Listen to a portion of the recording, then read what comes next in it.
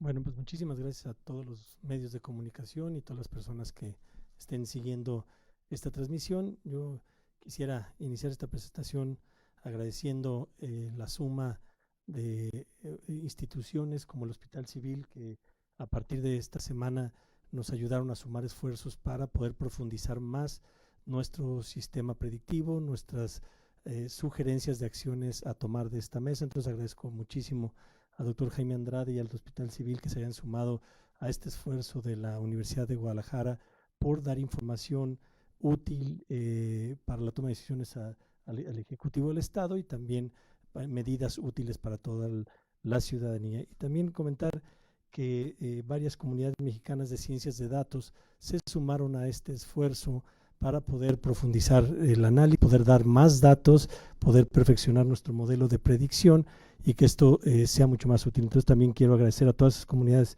mexicanas de ciencias de datos que nos ayudaron para realizar este cálculo predictivo que vamos a presentarles el día de hoy, que es mucho más cualitativo, con más datos y que van a ser, yo creo, muy relevantes.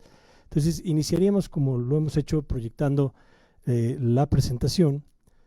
Ahí están quienes se sumaron, el Hospital Civil y todas las comunidades de ciencias de datos, para darles los créditos correspondientes por esta gran ayuda que sumaron a matemáticos, a muchos expertos que nos han fortalecido. Pasamos a la que sigue. Yo lo hago, ya. Les dije que se me iba a olvidar. Bueno, en esta primera gráfica lo que quisiéramos decir es que se sigue demostrando que las medidas en Jalisco sí funcionaron. El esfuerzo de todos los jaliscienses, las medidas tomadas por las autoridades de Jalisco en todos los niveles de gobierno, sí funcionaron. La estimación de como desde que iniciamos estas mediciones, podemos ver en la tabla de la izquierda cómo México creció en un 389% con 993 casos en el país, y mientras Jalisco en este mismo periodo solo crece el 196%. O sea, México creció sus casos en este periodo más del doble que lo que creció Jalisco. Y en el lado derecho podemos ver el diferencial gráfico de este mismo dato, cómo Jalisco está por debajo de la mitad de los casos que está teniendo el país. Entonces yo creo que este dato ya mucho más consolidado, con una prueba, una muestra mucho más grande, se consolida que el esfuerzo de los jaliscienses está dando resultados. La siguiente lámina es actualizar. Este fue el cálculo predictivo que les hicimos el 24 de marzo, en donde proyectamos cómo iba a irse comportando esta pandemia en México del periodo del 25 al 29 de marzo. Y bueno, podemos ver que el estimado para el 29 de marzo, que se hizo desde el 24 de marzo por este equipo de científicos, era de 969 casos los que íbamos a tener al día de ayer. Y bueno, la realidad fue que México tuvo 993 casos. Esto quiere decir que la fiabilidad del modelo fue de 97.5%. Esto habla de cómo se ha ido consolidando la muestra, pero cómo este modelo predictivo verdaderamente está funcionando, y es muy afortunado que las autoridades se estén respaldando en datos científicos y no en intuiciones. Entonces yo creo que ese aporte que hace todo este equipo, yo quiero felicitar verdaderamente a todo el equipo que ha venido participando, al doctor Paco Muñoz, al doctor Jaime Andrade, a todos los que han venido participando en esto. Yo creo que habla de un modelo predictivo que verdaderamente está siendo muy certero y que ha sido muy útil para tomar decisiones a tiempo en el estado de Jalisco. En esta siguiente lámina, que es una aportación que hace el gobierno del estado a través del Hospital Civil de Guadalajara, es uno de los elementos que ha venido a aportar y a sumar el Hospital Civil de Guadalajara. Lo que queremos graficar en esta lámina es la procedencia de casos confirmados por entidad federativa. Tenemos el listado completo de todos los estados que se los podemos hacer llegar, pero para poder hacer más legible esta gráfica, en los primeros 5 casos están los estados con mayor número de casos, y después de la línea punteada que tenemos abajo los 5 estados en México con mayor número de casos por contacto, o sea, los que ya no son importados, los que llamamos casos comunitarios. Entonces, si analizamos esta lámina, podemos ver que al 29 de marzo, la Ciudad de México, por ejemplo, tiene un 47.96% ya de casos comunitarios y digamos cerca del 52% son importados.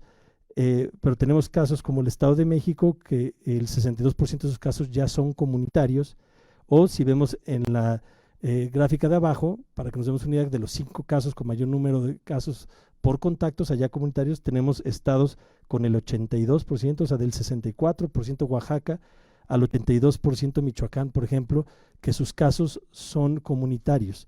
Y el caso de Jalisco, que teniendo, como ya lo dijimos, una fuente importante de importación de virus, que es el Aeropuerto Internacional de Guadalajara y el Aeropuerto Internacional de Puerto Vallarta, nos ha hecho uno de los estados con mayor número de casos, justo por tener una puerta de acceso al mundo, la que más viajes internacionales recibe del país. Entonces, digamos que ese es un dato relevante y podemos ver cómo en Jalisco todavía el 62, digamos la suma, en Jalisco tenemos el 63%, si no recuerdo, 63% todavía de los casos sigue siendo importados, 67 según yo, ¿no? Porque son 33 y 12. Sí, 66.25 de los casos siguen siendo importados y solo cerca del 30% son casos comunitarios. O sea, como con una gran cantidad de casos importados, la transmisión comunitaria en Jalisco no se ha disparado. O sea, digamos que 2 de cada 3 casos siguen siendo importados en Jalisco. Eso habla de una clara contención comunitaria en el estado. Entonces yo creo que esto también es otro dato que aporta la comunidad científica del Hospital Civil para validar que la contención en Jalisco está siendo importante. En esta gráfica lo que podemos ver es, el día de hoy queremos presentarles ya un modelo predictivo que nos permite ampliar ahora sí, porque la muestra ya es más sólida. Son 2 cosas, la muestra del país ya es mucho más sólida y nos permite tener predicciones hasta 120 días, ya con más certeza. Hasta el día de hoy habíamos querido hacer cortes cada 5 días, justo porque al ser una muestra muy pequeña la variabilidad podía ser alta y estimar predicciones a más de 5 días podría ser impreciso. A partir de esta fecha ya el modelo se consolida y podemos hacer proyecciones hasta 120 días. Como podemos ver en la línea horizontal, partimos del día 0 hasta el día 120. La siguiente característica que podemos ya mejorar a partir de este momento es, si vemos en la línea de abajo, hay una línea que marca 10%, 20%, 30%, un punto amarillo en el 40%, hasta el 90%, y la última es el aislamiento total. Este porcentaje marca qué porcentaje de la población se aísla, o sea, si se va a casa, deja de salir, y el modelo a partir de hoy nos va a permitir poder calcular, dependiendo del porcentaje de gente que se mantenga en casa, cómo se va a comportar esta pandemia en Jalisco. Y también la tercera cosa que podemos ya calcular, que es muy importante en este momento, es que la muestra de Jalisco ya permite que empecemos a trabajar datos para Jalisco y no continuar con datos de todo el país, y eso también ayuda cualitativamente a que la toma de decisiones ya sea con datos de Jalisco y no seguir tomando decisiones con las proyecciones del país, que es lo que hemos tenido que hacer hasta el día de hoy. Entonces, digamos que esos 3 elementos son mejoras que ya podemos hacer con el modelo, y que lo que faltaba era tener una muestra más grande para poder tener datos estadísticos más estables. Y esta es la lámina que queremos presentarles el día de hoy, que creemos que es la lámina importante, y otra vez quiero reconocer la importancia de poder sumar tantos datos en una lámina tan didáctica que nos permita hacer lo más entendible posible una gran cantidad de datos. Sí, como podemos ver, tenemos datos del 23 de marzo hasta el 2 de abril, y después hacemos una línea de corte para poder tener la proyección al 19 de abril, que es el último dato que está abajo de la línea punteada. Cada casita representa qué porcentaje de la población se mantiene aislada. Entonces partimos de una casa en donde toda la población sale a la calle, entonces el 0% se queda en casa, que es el peor escenario que podemos tener. O sea, ¿qué pasaría si ningún jalisciense se queda en casa? La segunda casita, la morada, es qué pasaría si el 20% de los jaliscienses se quedan en casa, la roja o rosa, dependiendo su monitor, es el 40%, ¿qué pasaría si el 40% se queda en casa? La amarilla, ¿qué pasaría si el 60% se queda en casa? Y la verde, ¿qué pasaría si el 80% se queda en casa? Y en la última, ¿cuáles son los casos reales que tenemos en Jalisco? Entonces, a partir de hoy, veamos cómo la proyección ya puede ser de manera estatal, pero además ya podemos dividir en porcentaje de aislamiento, y eso nos va a ir dando proyecciones mucho más cercanas, porque hoy entendemos que el gran mensaje es que tenemos que aislarlos. Entonces, si queremos hacer un análisis para que entendamos cómo nos ayuda esta proyección, si nos vamos un poquito hacia atrás con este estimado, vamos a podernos dar cuenta en el circulito que señalamos de casos reales, en donde dice 46, cómo en los primeros días de aislamiento los jaliscienses nos portamos muy bien, y la proyección fue que hubo un nivel de aislamiento de hasta el 80%. Entonces, esos 46 casos reales, estábamos hablando de un nivel de aislamiento de 80% en ese día, que nos da de 41 a 50 casos. Entonces, digamos que empezamos la política de aislamiento muy bien.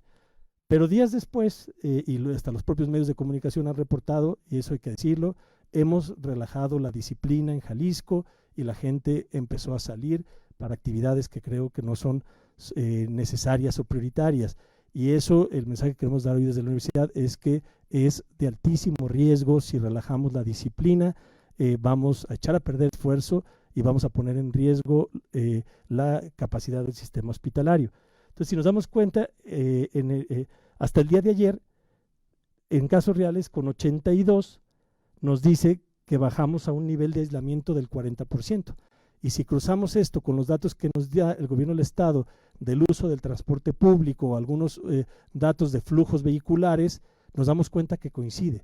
O sea que podríamos hoy decir desde esta proyección que el nivel de aislamiento que tuvimos en Jalisco estos días fue del 40%, ¿no? Entonces, ¿qué pasaría en un escenario que continuemos con el 40% de aislamiento? Bueno, pues al 19 de abril tendríamos, o sea,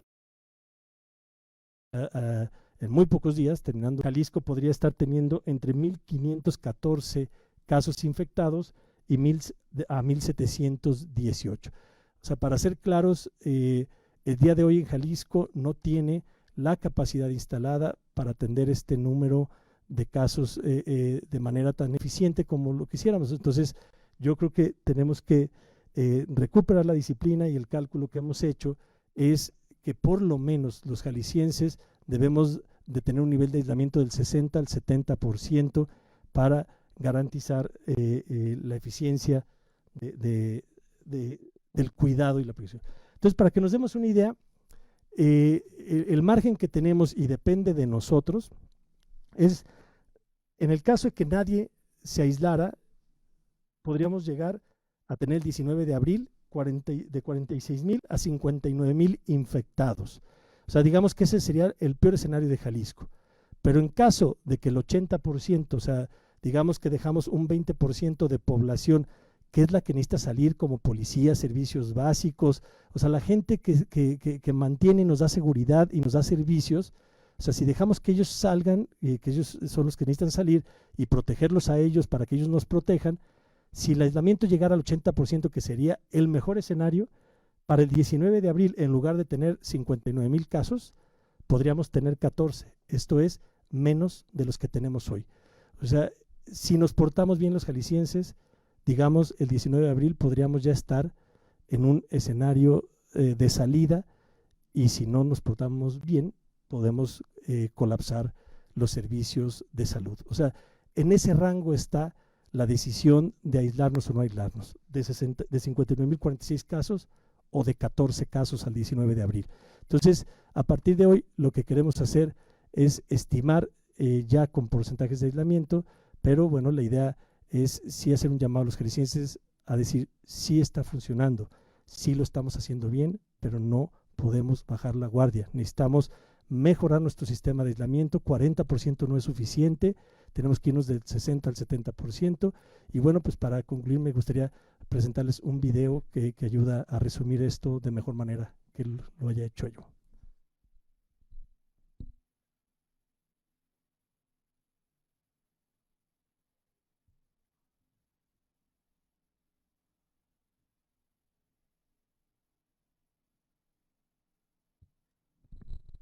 Sí, sí, podemos correr el video. Investigadores de la Sala de Situación en Salud por COVID-19 de la Universidad de Guadalajara, en colaboración con las principales comunidades mexicanas de ciencias de datos, han incluido nuevas variables a través del modelo epidemiológico para medir el comportamiento del COVID-19 en Jalisco. Las nuevas estimaciones proyectan un crecimiento significativo de casos a partir del próximo 2 de abril, por lo que la recomendación es fortalecer las medidas de aislamiento durante todo el periodo vacacional de primavera que termina el 19 de abril. Según el estudio, se calcula que al menos 40% de la población jalisciense ha tomado medidas de aislamiento voluntario y gracias a este esfuerzo colectivo hemos logrado reducir la velocidad de propagación del virus, pero la pandemia aún no termina. Se ha documentado que en los últimos días hemos disminuido el aislamiento y muchas personas regresaron a realizar actividades no prioritarias. No podemos bajar la guardia. Con el modelo predictivo se proyectaron diferentes escenarios, dependiendo de las medidas de prevención que tomemos. ¿Qué pasaría en Jalisco si no nos hubiéramos anticipado o si aflojamos el paso y nadie siguiera las recomendaciones de quedarse en casa?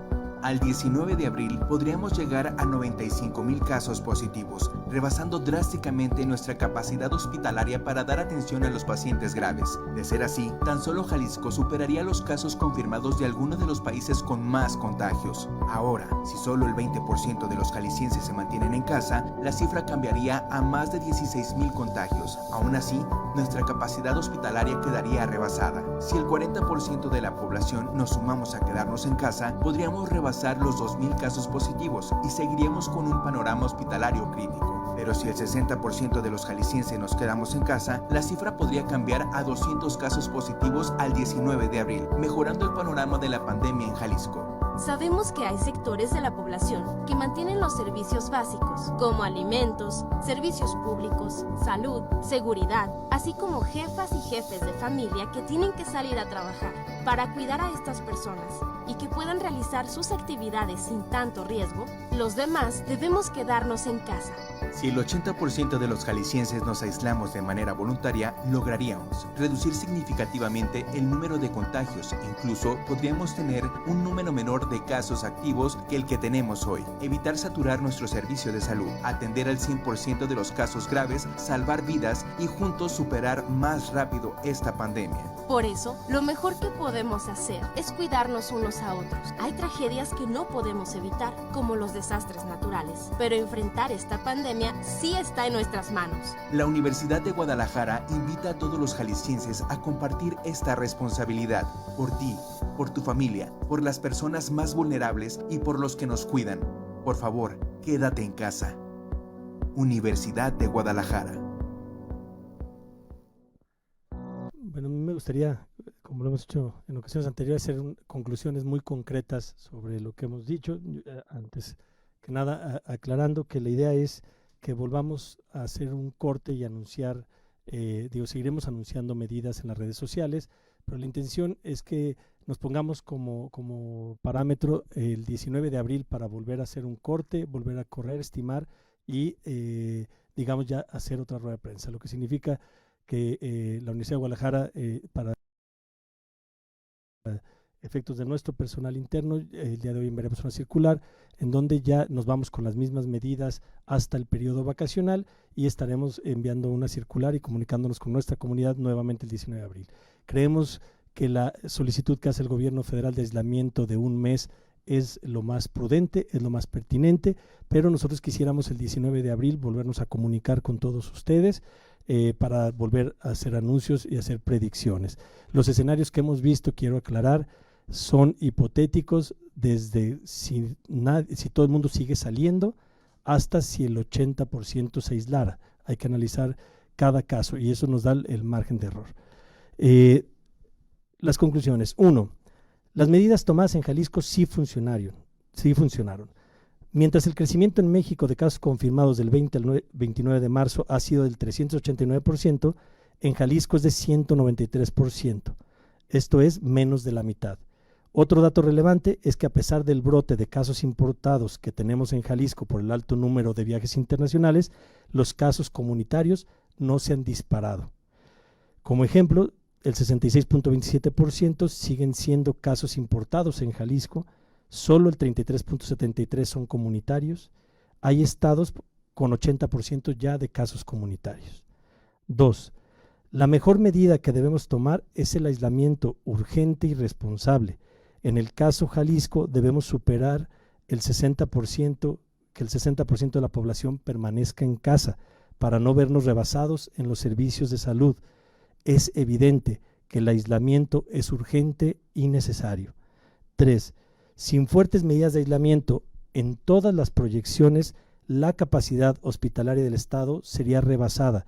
Lo único que cambiaría es la fecha del colapso. 4. Para lograr que el colapso no suceda, es momento de que todos los niveles de gobierno actúen de manera coordinada y contundente, por lo que la Universidad de Guadalajara hace un llamado a tomar 6 acciones inmediatas. Acción 1. Comunicar todos lo mismo, y esto significa homogeneizar los datos reales, compartir los modelos predictivos, que todas las autoridades acuerden y comuniquen de manera congruente las medidas que en amplios consensos ellos determinen.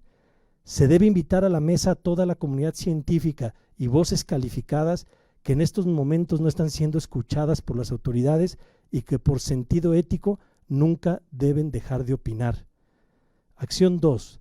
Es urgente dejar de estimular la comunicación del no pasa nada para usar toda la fuerza simbólica de las autoridades a favor del aislamiento. Todos los expertos coinciden que la comunicación es vital en estos momentos. Y las acciones a veces comunican más que las ruedas de prensa. Acción 3.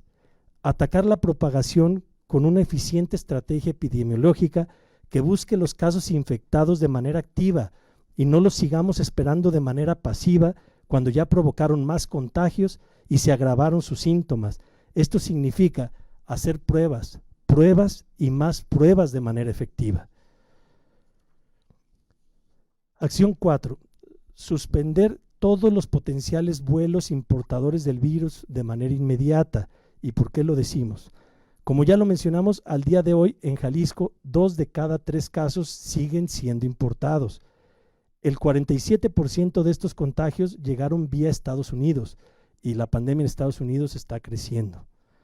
Los ciudadanos debemos entender que en este periodo vacacional no es momento de viajar ni localmente.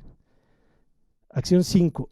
Estimular el quédate en casa y lograr los niveles de aislamiento que necesitamos obliga a todas las autoridades a tener una alta sensibilidad socioeconómica para hacer programas y desplegar acciones agresivas de acuerdo a cada segmento poblacional, que incluya desde apoyos para subsidiar canastas básicas, continuar y fortalecer los apoyos al sector empresarial para proteger el autoempleo y las pequeñas y medianas empresas, cuidando también la inversión extranjera y los 5 grandes sectores productivos. Acción 6. Se requiere desplegar ya un plan emergente para el crecimiento de las capacidades hospitalarias que permitan atender en cualquier escenario el 100% de los casos graves. El punto número 5, estas serían las 6 acciones que sugerimos tomar ya. Y el último punto es que debemos transformar estos momentos de crisis en áreas de oportunidad, como reencontrarnos con nosotros mismos y darnos la oportunidad de fortalecer lazos con nuestros hijos, hermanos, abuelos, es decir, con todos aquellos que vivimos en casa. Quiero hacer un llamado a todos los profesores de todos los niveles educativos, no solo los de la universidad, a tener sensibilidad del contexto que estamos viviendo y calcular las actividades académicas en casa con más sentido de realidad. Para el posible rezago educativo que esta crisis nos genere a todas las instituciones educativas, habrá muchas alternativas de solucionarlo, pero para que las familias se unan y se conozcan a fondo, esta oportunidad es única. Hay tragedias que no se pueden evitar, pero esta tragedia sí está en nuestras manos evitarla. Asumamos entre todos la responsabilidad, los resultados y las consecuencias de los siguientes meses. Por favor, quédate en casa. Muchas gracias. Muchas gracias, doctor Ricardo Villanueva, por su mensaje, por esta exposición. Vamos a pasar a las preguntas que ustedes tengan. Como lo hemos hecho en ocasiones anteriores, las estamos recibiendo vía Facebook, vía YouTube, incluso si gustan por el WhatsApp. Entonces, vamos a la primera pregunta que tiene Mariana González. Rector, muy buenos días. Preguntarle, para que haya claridad en el mensaje, ¿la universidad está aislada y sin actividades presenciales hasta qué día?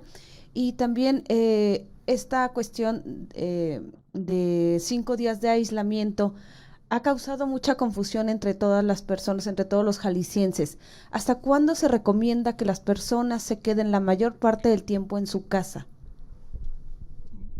Digamos que recomendamos que así sigamos de inicio hasta el 19 de abril, que nosotros vamos a volver a hacer una proyección de este caso. Coincidimos en las estimaciones que hace el gobierno federal de que un mes hay que quedarnos en casa. Qué bueno que el gobierno federal ya tomó estas medidas, pero hasta por cuestiones de calendarios escolares y todo, nosotros no queremos tomar ninguna decisión hasta que hagamos el corte del 19 de abril. Pero digamos que la universidad se mantiene como ha venido siendo, con las actividades mínimas para poder sacar los procesos claves como la nómina, de aquí ya hasta irnos al periodo vacacional. O sea, continuamos con el mínimo personal, con los mínimos procesos. Y cuestiones técnicas, ¿qué comunidades científicas se unieron a esto y qué variables fueron las que se incorporaron esta vez para hacer la predicción? Bueno, buenas tardes a todos. Comentar aquí que hubo 2 momentos que fueron muy importantes. El primero fue la estimación que se hizo en los primeros 5 días y luego posteriormente otra estimación que se hizo en los siguientes 5 días. Aquí se hizo bajo este esquema porque era lo más robusto en la cual nosotros podíamos dar una estimación. Sin embargo, a la fecha, a partir del 22 de marzo, ya se pudo lograr hacer una estimación de 120 días.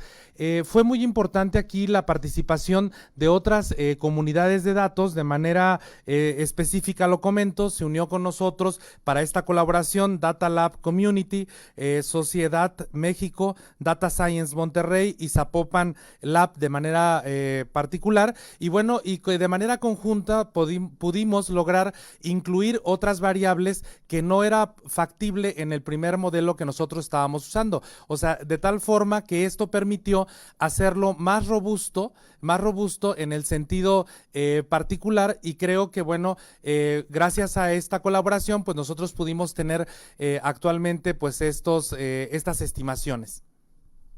La siguiente pregunta, Gaby. Sí, nos pregunta Fernanda Carapia de Periódico Mural, es para el rector. Dice, ¿se tiene previsto ya suspender el ciclo escolar presencial? ¿Qué escenarios se tienen? ¿Cómo sería la evaluación de los alumnos para pasar el semestre? Es una decisión que no se ha tomado. Correremos el modelo de aquí hasta el 19 de abril, y el 19 de abril estaremos informando las siguientes medidas para los siguientes días. Entonces, nosotros las medidas que estamos tomando es sí, ya de aquí al que inicie el periodo vacacional, todo el periodo vacacional, y el 19 de abril volveremos a estar anunciando las medidas que sigan, y eso incluye toda la cuestión académica.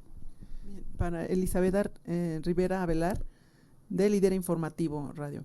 Dice, entonces la UDG no regresará a clases el 20 de abril, ¿será hasta mayo el regreso a clases regulares en la UDG? Yo creo que es la misma respuesta.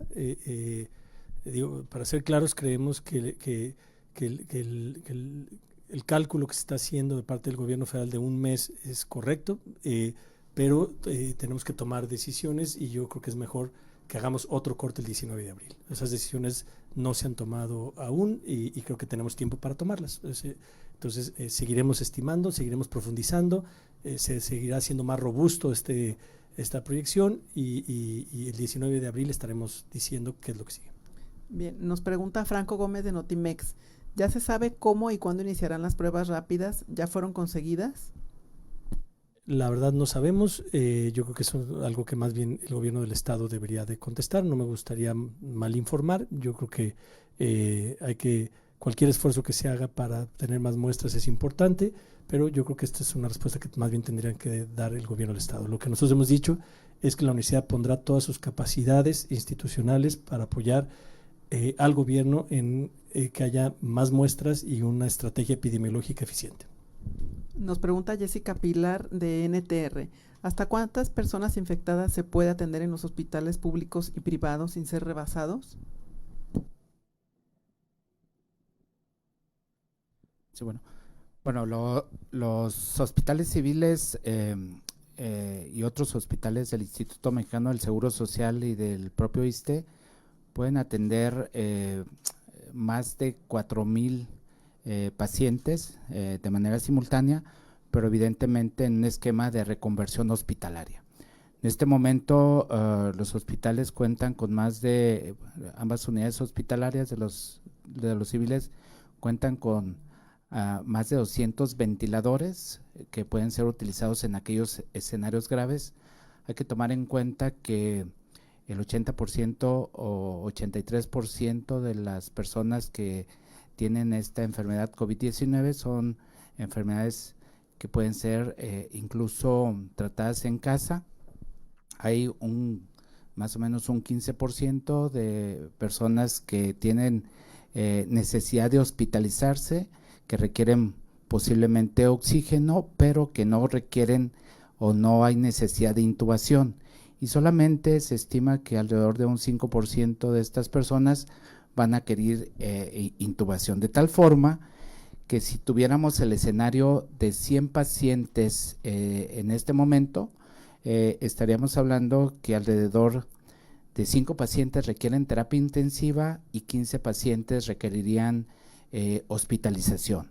Si nos vamos al escenario de 1,000 pacientes en el estado de Jalisco, estaremos hablando de 50 pacientes que requerirían unidad de cuidados críticos con ventilación y 150 pacientes hospitalizados. Si nos vamos al escenario de 2,000 pacientes infectados, estaríamos hablando que requeriríamos 100 camas de terapia intensiva y 300 camas de las normales, y evidentemente así iría el crecimiento de los pacientes dependiendo del número de personas que se estuvieran infectando y reportando. Hay que tener en cuenta que los factores de riesgo de mala evolución en las personas es sobre todo que tengan más de 65 años, que tengan antecedentes de tabaquismo, de obesidad, de hipertensión y de algún grado de inmunosupresión.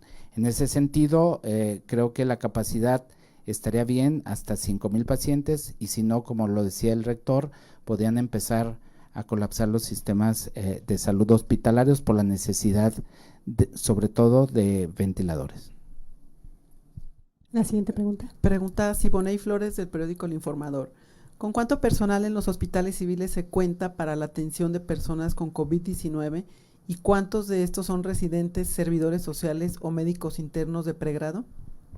Ok, en este momento el Hospital Civil cuenta con más de 7,000 trabajadores entre médicos, enfermeras, personal de radiología, personal de laboratorio, personal de servicio para la atención de los pacientes, o que potencialmente pueden en un esquema de reconversión hospitalaria formar parte de la atención de estas personas. Nosotros contamos con cerca de 1,000 residentes, y en este momento, tal y como fue dictaminado por la Comisión o por la Dirección General de Enseñanza y Salud, los médicos internos y los médicos pasantes no están asignados directamente a la atención de pacientes con esta enfermedad.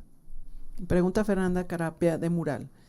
Para el director de Hospital Civil, ¿cuál es la capacidad real que tienen para atender a personas graves? ¿Cuántos ventiladores o respiradores tienen disponibles? Lo que había mencionado, tenemos más de 200 ventiladores disponibles, pero el gobierno del estado ha hecho una adquisición de ventiladores adicionalmente, y además se nos ha solicitado y está en proceso de compra más de 200 ventiladores en este momento para poder ser incorporados a la atención de los pacientes en caso de ser necesario. y potencialmente en esquemas de reconversión podríamos tener capacidad de alrededor de 1,500 camas para la atención de las personas. Ricardo Gómez, de El Heraldo y de Crónica Jalisco. Las medidas se relajaron. ¿Cuánta responsabilidad es por los mensajes de la Federación que iban hasta hace unos días en sentido contrario?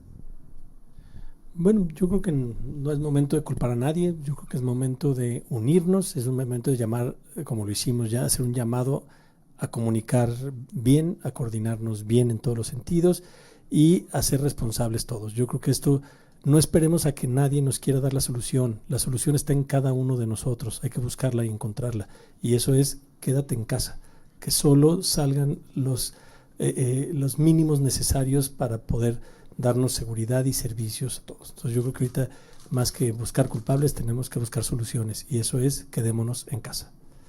Jessica Pilar, de NTR, considera que los ayuntamientos, sobre todo de la zona metropolitana de Guadalajara, deben ser más enérgicos en impedir que salgan a sus casas, o el gobierno del estado hacer uso de la fuerza pública. ¿Llegó el momento? Todavía no es el momento, y yo creo que hay que evitarlo. O sea, estamos en condiciones de no llegar a hacer eso, que lo hagamos de manera voluntaria, que lo hagamos de manera eficiente. No hay que salir para cosas no necesarias, que solo salgan las personas que necesita la ciudad para dar los servicios básicos. Eso es cuidarlos a ellos, que son los héroes que nos cuidan a nosotros, ¿no? Entonces, todavía estamos a tiempo de que todo sea con medidas voluntarias. Es un asunto de responsabilidad compartida, de corresponsabilidad ciudadana. Paola Castillo Figueroa, de Zona 3.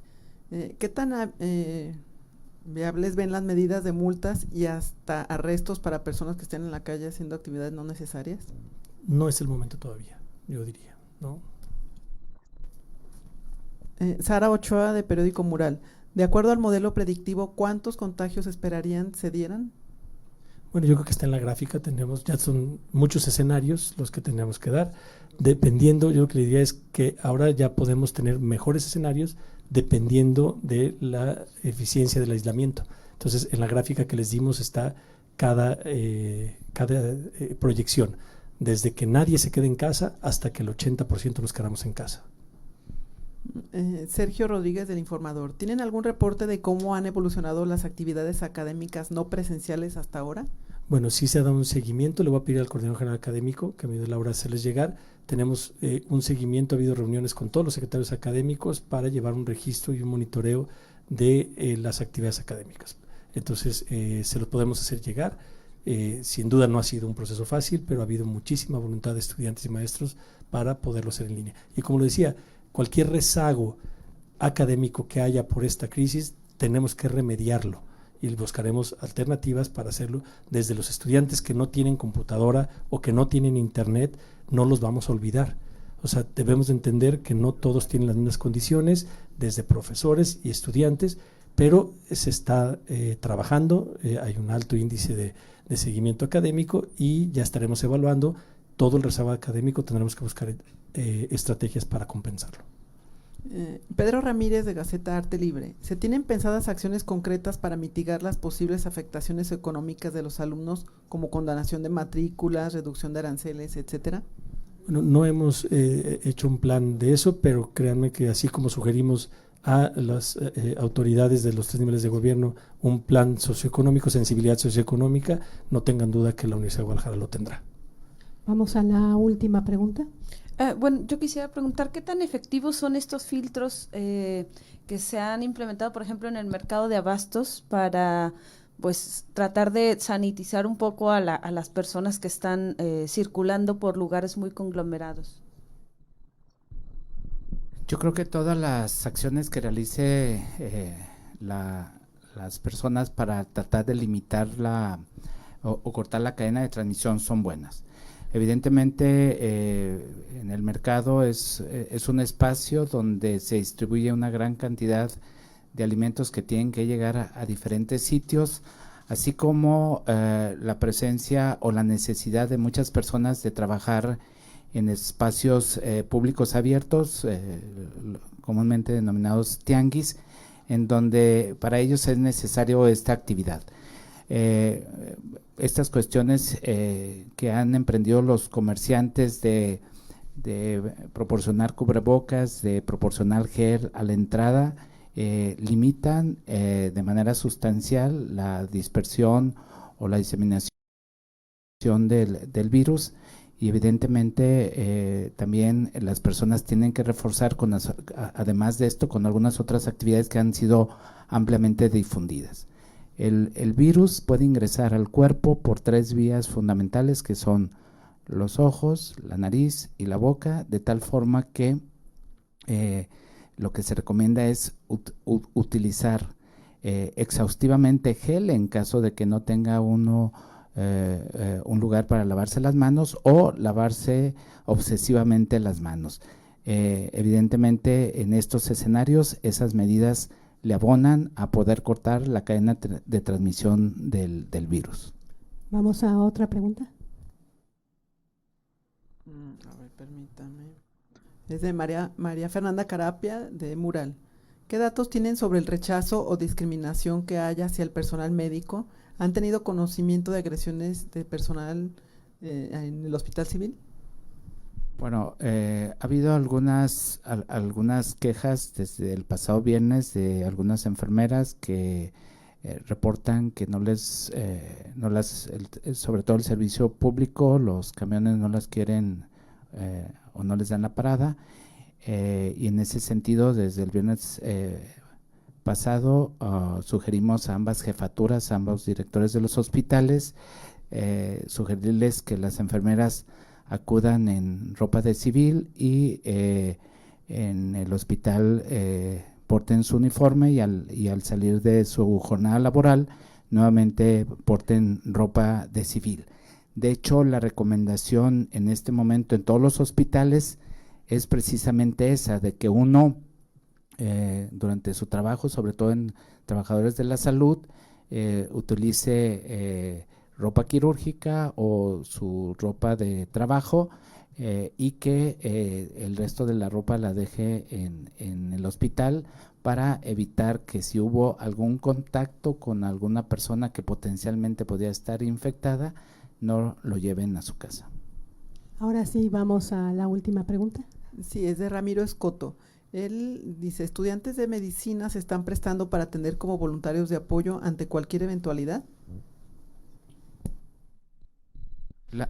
Bueno, de parte de la universidad sí, y a lo mejor el doctor como yo podría decir de algunas estrategias que hemos estado previendo para apoyar el tema de muestras, por ejemplo. Sí, claro. Bueno, ahí desde la semana pasada se han hecho invitaciones para estudiantes de la carrera de medicina, de enfermería y de otras carreras, sobre todo en las más relacionadas para la parte de la toma de muestras en el momento en que, bueno, también se están organizando brigadas de manera coordinada con los hospitales civiles, y esto pueda ayudar a en algún momento que se pueda tener la posibilidad de incrementar el número de muestras, pues podamos contar con el personal adecuado. Obviamente esto se tiene que hacer teniendo el entrenamiento adecuado previo, para que ellos tengan pues todo el entendimiento de cómo tienen que hacer la toma de muestra y lo demás, pero sí se está haciendo de manera muy coordinada con los hospitales civiles. Señor rector general, un último mensaje. Bueno, aunque sea reiterativo, decir que los jaliscienses debemos de estar muy orgullosos de que hemos sido ejemplo de corresponsabilidad, de prevención, que los resultados son evidentes de los esfuerzos que estamos haciendo todos, gobierno y ciudadanos juntos, pero decir que no es suficiente, tenemos que ir por más, y que si todos nos unimos para esto, como lo dijimos, hay tragedias que no se pueden evitar, pero esta sí está en nuestras manos. Quedémonos, por favor, en casa. Muchas gracias.